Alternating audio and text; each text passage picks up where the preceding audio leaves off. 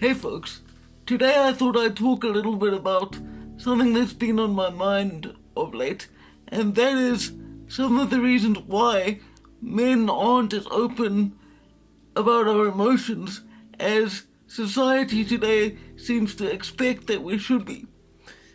Right off the bat, I want to be clear that the things I say are from my own perspective. I would never presume to speak for all men.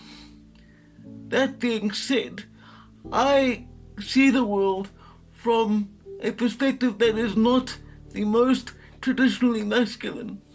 I don't care about most mainstream sports, in fact, any for that matter. I enjoy theatre and musicals, and hell, I've made my living for most of my adult life as a writer. And to write with any level of proficiency, one must be quite in touch with their emotions. So that's where I'm coming from, where I talk about this stuff. Nonetheless, I am still a man, even if I don't exactly fit the masculine archetype. So why is it that we men don't constantly open up about how we're feeling about life and everything that we go through? Well, I think that a lot of the confusion in this regard comes from women because they see that we don't process emotions the same way that they do, and they can't really understand why. I think that one of the first reasons for this is that it basically comes down to biology. Men simply don't, on average, process emotions in the same way that women do.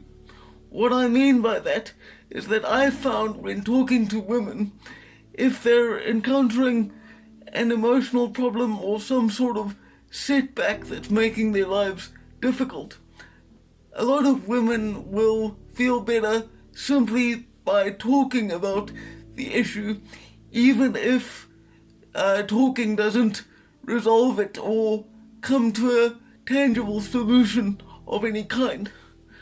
I find that for myself and many of the other men I know, simply talking about a problem isn't enough to help us deal with it unless there's a solution that can be reached through discussing it. Because I know that for me, when I have issues to deal with, which I have plenty of because of my disability and the related struggles that come with that, talking about it to an immense degree without it being fixed isn't really helpful to me. That's why I've never found traditional talk therapy particularly helpful. One of the reasons that I also haven't spent a lot of time in a professional, psychologically therapeutic setting is that, to be honest, if I'm paying someone to listen to me talk about my problems, that only compounds my feelings of helplessness, because having to pay someone to listen to you talk, for me at least, it's just another way that I feel like I've failed. If I have a problem and I need to talk to someone, I would much rather talk to someone I feel an emotional bond with, like a friend or a family member. Professional therapy, although I know full well that it has helped millions of people throughout the course of the field's existence, simply doesn't work for me. And I'm willing to bet that many men feel the same way. There's also the fact that the trend in this era of our society is that, and this is connected to the current in vogue social justice movement. Men are encouraged to be emotional and to show vulnerability. But doing that, quite frankly, in this era is dangerous. Particularly if you do so in a place where your expressions have been recorded.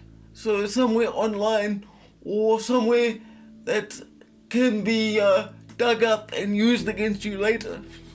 Because that's the thing. When men do take that risk and choose to be emotionally vulnerable, it's often used against them out of spite or malice. I wish that that wasn't the case, but it simply is. So men often stay quiet and keep things to ourselves as a form of protection, because I don't know if you've noticed the last few years, but there has been a concerted effort to strip men of our masculinity, and when we express ourselves in ways that go against the current social norm, we are often referred to as toxic, incels, misogynists, any buzzword that the kind of third and fourth wave feminist crowd can think of to delegitimize men's very serious and real issues. Because a lot of women today, sadly, don't seem to realize that men struggle as well. This is not to downplay the problems that women face, because women do have unique problems that are specific to their lives, but that doesn't mean that men have it easy and that we just breeze through life with no issues. Because there's a lot of pressure on men these days to succeed, and if we don't succeed and don't achieve the kind of top 10% status in the world, we aren't seen as having much value. The final reason that men often stay quiet about the things that we're feeling is whether they want to admit it or not. Men and women alike both would much rather avoid having that guy that always hangs around and is always bringing the mood down because he's depressed or he's sad or something bad happened to him. It's not a nice thing to admit, but no one likes having the friend in their circle that's always a dark cloud.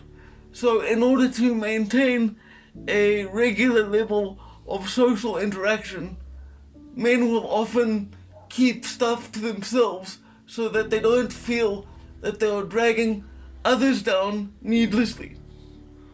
I hope that my perspective on this has been of use to you in some way, and for now, farewell.